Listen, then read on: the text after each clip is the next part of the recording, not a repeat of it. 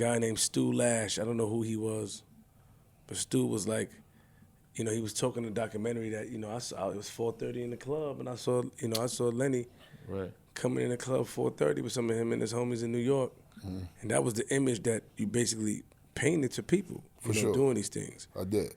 And even I said earlier that Sonny Vaccaro, he was saying, and he said he was the founder of the ABCD camp, he was saying that like you are the person who can change it. For sure. You can either be somebody great in the NBA, or you can change it or be an NBA street legend. I'm not NBA, New York City street legend. And those stuck with me. What did that do to your mind? Before we get back to the story, but what does that do to your mind now? Like thinking about that, thinking about these words coming to fruition. A lot of the things that I hear or read or whatever, social media, whatever, bro, a lot of shit I take heed to what people say, especially if it's positive. The negative shit I don't care about, bro. Like the LeBron shit I don't care about. That's 22, 21 years ago. But looking back on somebody that was really paying attention to me and saying if he would have did it this way or if he could have did it this way, I take heed to shit like that. You know what I'm saying?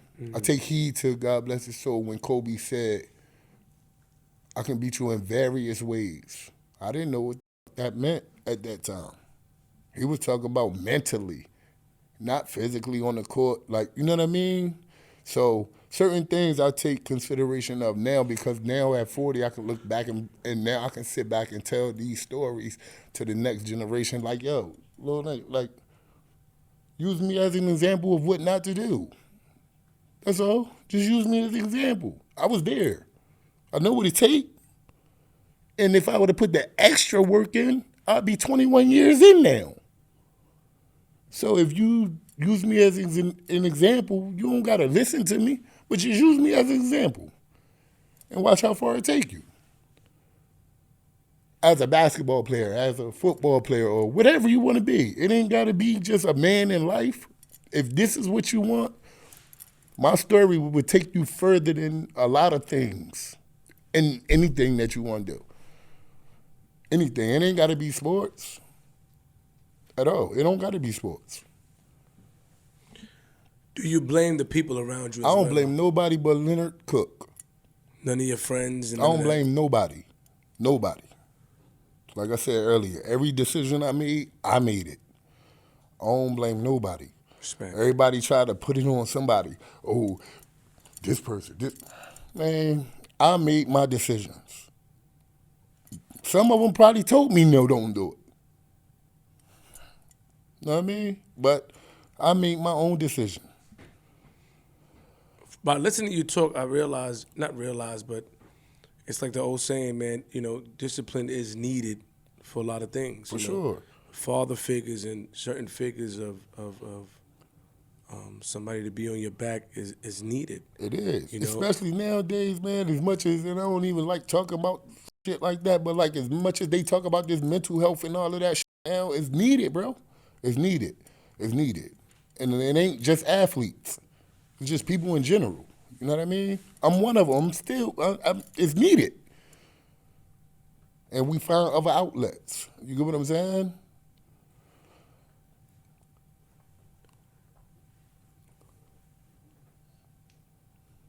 How bad you beat yourself up about it, Lenny? None no more. How did you do before? It took me 20 years, bro. It took me 20 years. Hate is a strong word. I hated LeBron James, bro. It took me 15 years. Till my daughter looked at me one day and she saw that cooler with the Sprite cooler where you can go in there and get the soda out. And she said, Dad, you was better than LeBron James. That's LeBron James right there. That took a lot of pain and stress off of me, bro. I played with a Hall of Famer. I was considered better than a Hall of Famer. I did it to myself. Nobody else did that. You get what I'm saying? So That wore heavy on me for a long time, bro. Now, do you think that it was a personal being angry at LeBron? Do you think that it was the tabloids and stuff that you were? It was just the media. You know what I mean? Sonny Vaccaro had something to do with it. Gary Charles had something to do with it. I never know the answer. I never know the answer why Boston didn't play me against the Cavs in Summer League. I never know the answer, but I played every other game. But you didn't play me against the Cavs? I would never know the answer to that. You get what I'm saying? Do you think that now whose choice was it not to play you? I don't know. I would never have an answer to that. I don't know. Who was the coach at the time? It was one of the assistants. The head coach don't coach in the Summer League. So the assistants coach. I played every game of Summer League except for the last game of Summer League against Cleveland. Why? I don't know. Now, you don't seem like a conspiracy theorist because you took accountability for a lot of your actions, which I respect you for. Do you feel like at the time that they were protecting LeBron? I'm not into that. I don't know. Good question. But just know that at the end of the day, it wasn't about me and LeBron, bro. I know what I deserved at that time. I know I was a professional at that time. You know what I'm saying? I know I deserved to be in the NBA at that time. Whether y'all was protecting him or not, that didn't have me and him. I just needed to go out there and showcase myself in front of everybody else, them other teams that was there. I knew Boston wasn't keeping me. You get what I'm saying? But that would have been the game that gave me that light. It had nothing to do with me going out there and try to outdo him or whatever. He was already drafted. He was already solidified. I needed my spot. You get what I'm saying? I was just going to go out there and earn what I deserved. And they took that away from me. They took it away. They took it away from me. And you could say that that's what, by not playing you and allowing you to display your talent. The whole world was ready for that, bro. That game was like a payback game too, because before that you ain't play him since ABCD. Since the ABCD camp. Yeah. And that was the game that they, saying, allegedly that's when he kind of. Yeah, he Put a stop on him. He became the chosen one. He became, and then they said that stopped your career. That Apparently, never stopped my career, bro. Apparently That shit right there, that whoever said that, they can keep that.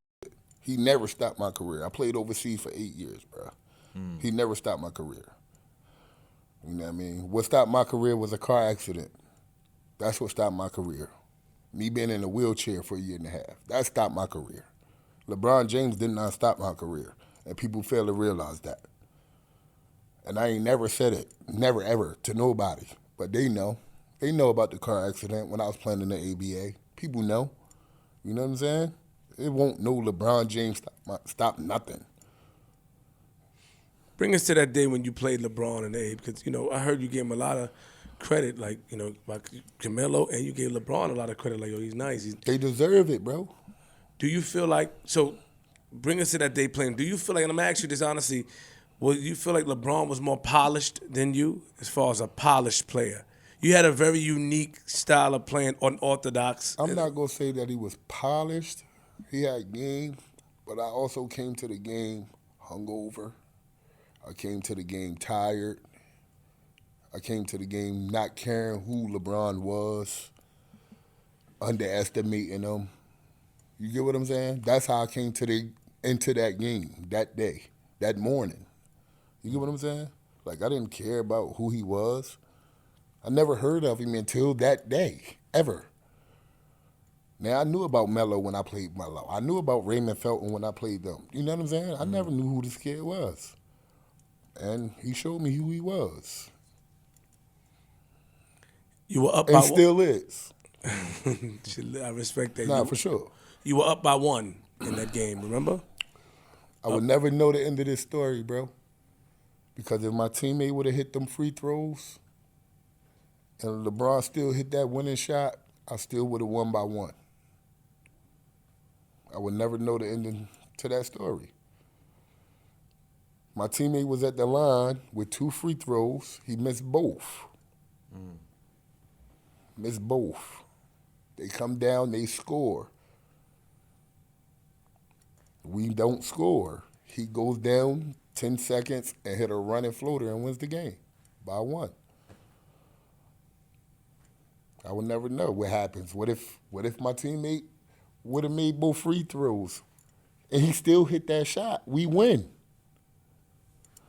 How my would have turned out? We would never know.